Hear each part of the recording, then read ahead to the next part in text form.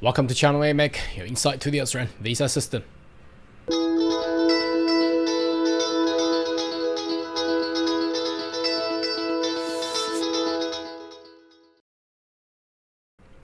Good day everyone, my name is Carl Young, your online YouTube visa consultant. Are you interested about my Grade 2 Australia? Why don't you consider to subscribe to my channel and turn on the bell on the side so once we have all the updates and news, be the first one on getting all the insight. Now today's video, I would like to play a little bit of rewind. Obviously, not to rewind the policy because there's no point talking about, past policies or past regulations. But I want to rewind a little bit, just go back and have a look what had been happened for the past 2 or 3 years. Now, why did I have this thought about doing this video?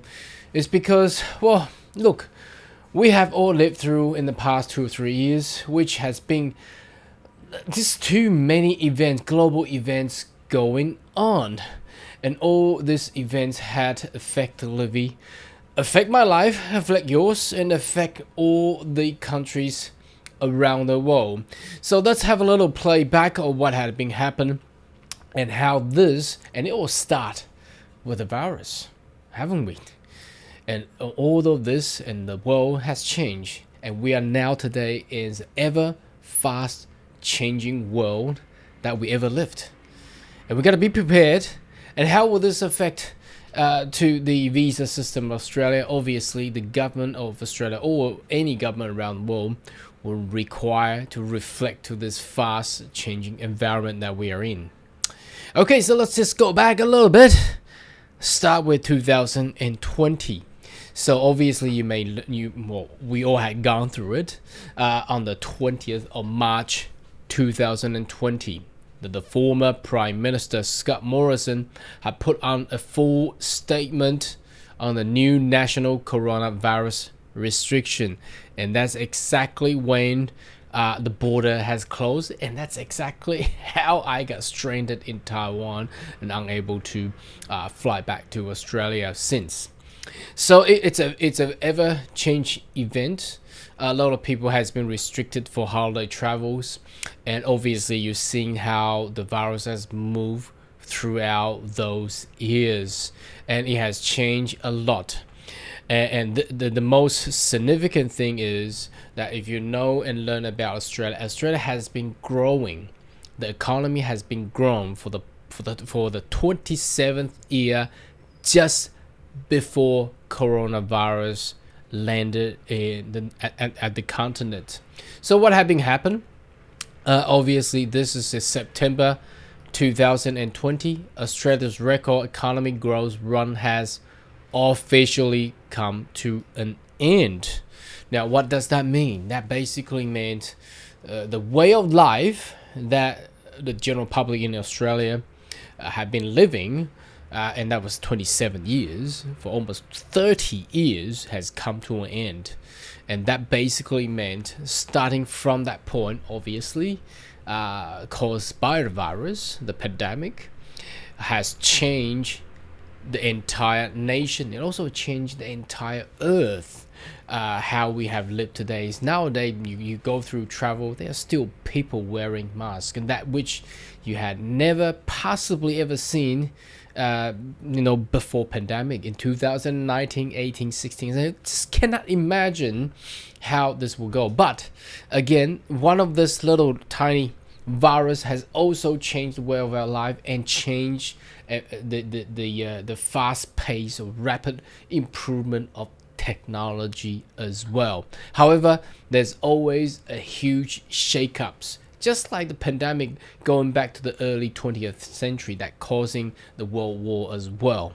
Now, what had been happened after that is, I don't know how boldly that the former Prime Minister Scott Morrison was, but this is back in September 26, 2020, he basically on the United Nations meeting, Australia says the world needs to know the origin of COVID-19. You probably have seen that news as well. It went pretty well and went viral, and obviously the comment could worsen the tension between Australia and China, and perhaps the relationship have not really gone back since. Obviously, there has been a talk of the sanctions has been lifted recently, but the two economy has changed a lot. Nowadays, the economy in China is totally different before pandemic. Now we'll see that. Now obviously if you want to know more detail, that's not my tale to tell, but you may want to do some search by yourself. So what had happened during that time is obviously there has been an imposition of the national security law in Hong Kong, which has also changed geopolitically the landslides of how China foresee and how China control the island of Hong Kong. Obviously that went viral as well because the protests has gone enormous, but due to the coronavirus, a lot of things has been restricted, and the national security law enforced on the citizens of Hong Kong also triggers the government of Australia also issue a further visa special pathway for the Hong Kong citizens in 2020, and afterwards I think at the end of that year, late 2020, there was an announcement of a Hong Kong pathway allowing Hong Kong citizens to have a special pathway to become permanent resident in Australia. So federal government has confirmed fast-tracking Hong Kong's skill visa application. Now obviously there has been a lot of implication in there, and that also triggers the anger of the Chinese government as well. So among those period of time, as you may notice, this is Wikipedia. You may want to Google that. There's a timeline starting from 2020. As you can see, the Prime Minister Scott Morrison endorsed inquiry on origin of COVID-19, and that triggers the start of the economic sanction or embargo by the Chinese government towards the Australian government, and everything just go crazy in 2020 and 21. So you can see how fast changing that was. That was just within a year, 2020. Moving towards 2021, and obviously during that time, I've been doing live streaming video, and the news, the media, all of this, although it does not change or directly affect any of the visa policies, but indirectly it changes a lot. It changes all the people, how they travel, how they foresee where is safe, what region is safe, and where they decide to migrate.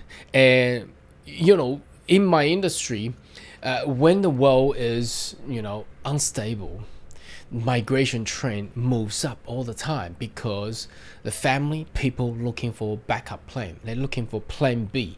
So when the world is not stable, that's when a lot of migration, well, this is not refugees, these are well-lived families, but they're obviously looking for ways to have a backup plan or a better way of life. And that's where it triggers the change of a lot of migration policies as well. So what's happening afterward? I think September 2021, there has been a lot of things going on. So what happened?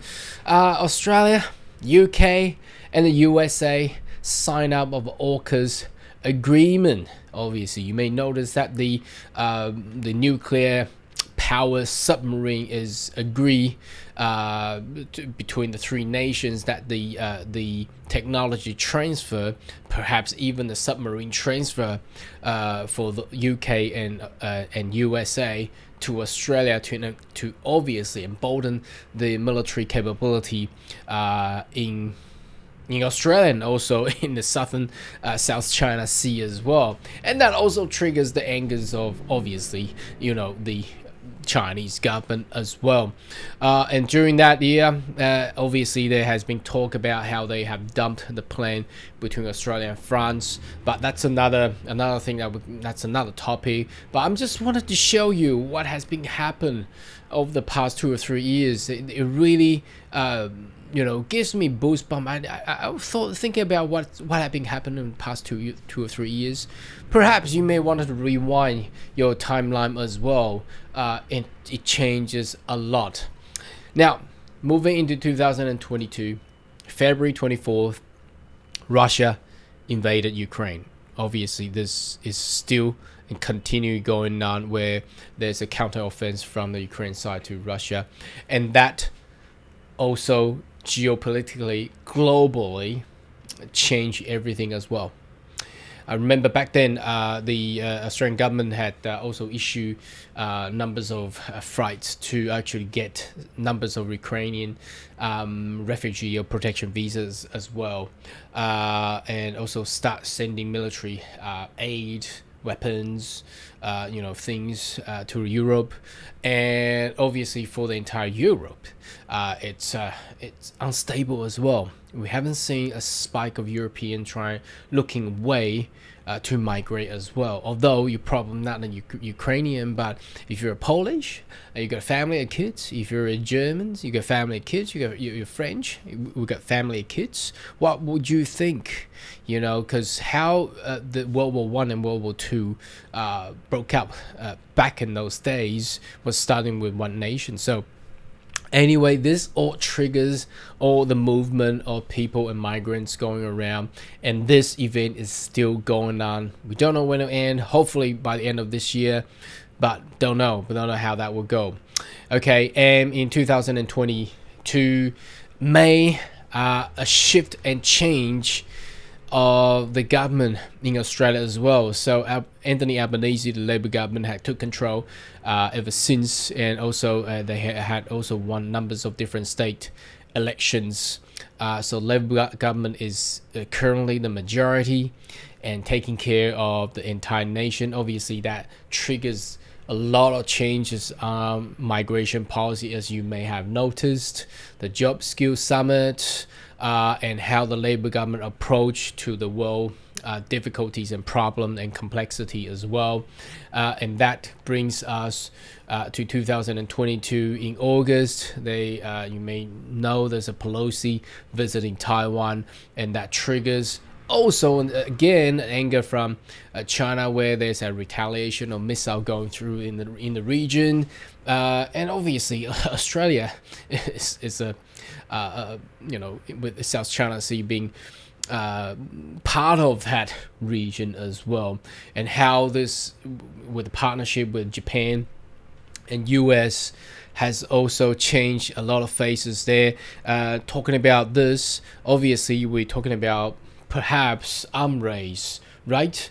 So the defense sector in Australia has been received a major boost from the government. Well, what would those money go? Technology, obviously. So this will also come to September 2022, where there has been the indication from Australian Strategic Policy Institute. This is still online. You may well wanted to have a search. I've done a specific video on this one, Australian Semiconductor National Moonshot.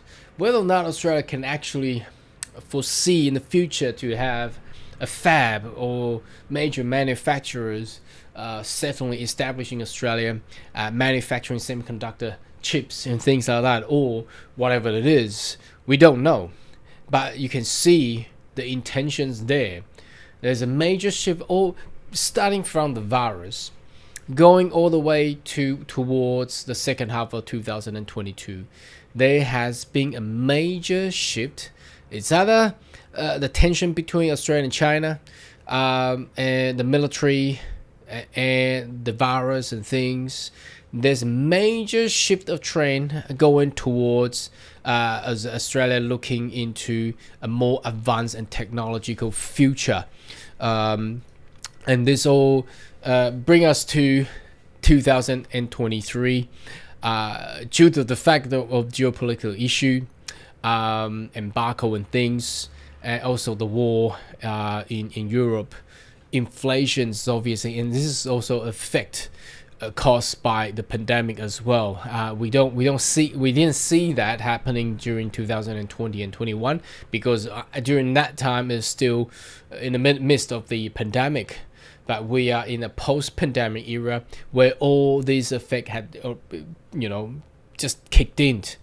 Until today, this is not solved, and I don't see, and also the RBA, the Reserve Bank of Australia, don't see this is gonna be ending any sooner.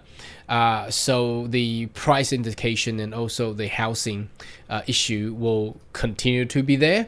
There had been talks about the numbers of migrants coming to Australia causing the housing crisis, but in fact, without those migrants, without those numbers of migrants, the migrant could be the element to this. But if we take the migrants coming back, the international student, obviously these people had paid for their tuitions, and take this effect away, I believe the housing crisis will still be there too. I don't think, obviously, there's over the past, during 2020-21, there has been a pause on construction industry for sure.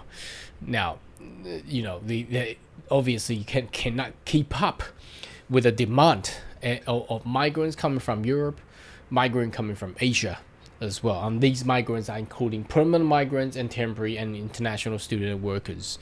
And continue on in April 2023, China start to weaponizing the grip of vital rare earth. If you notice what rare earth metals, that's the materials that made for all our technological, all these tools, your watch, your iPhones, smartphones, computers, chips and things like that. It's all coming from rare, and rare earth has been the major source coming from China for the past decades. So you may want to search a little bit about this. And coincidentally, Australia has secured a site in North Queensland where critical mineral, obviously that including rare earth, Australia's first critical mineral plant to be built in North Queensland. Isn't that a coincidence or a trend that we foresee? And what about the hydrogens going between Australia and Japan for the recent years? It has been a huge news. I don't know if you're following on the news about energy, but this is a major shift towards the emission zero emission efforts in the world as well. And towards now, you may see the AI war, artificial intelligence, and how the social media will change, big data, AI, TikTok and things all going on at the same time. Cybersecurity recently, and there's a more recent news, joint media of the Anthony Albanese and also Claire O'Neill, the Minister of Home Affairs, talking about the seizure of the lease for the Russian embassies. So all of this in the past 2 or 3 years. What do you think? You may want to rewind your timeline as well. Now, why do I do this video? Obviously, this is past information, but I just wanted to, before 1st July, obviously we've learned there's a migration review report. There's going to be a lot of recommendation. There's a lot of changes coming up, and these changes are basically going to reflect to all we had just talked about in the past about 20 minutes of this video. All these changes, you perhaps, I don't think in any period of my lifetime have seen so much changes in a very short period of time. And you'll start with a little virus. Anyway, what's your thoughts? Why don't you leave your comment right down below? And I'll see you next video. Goodbye.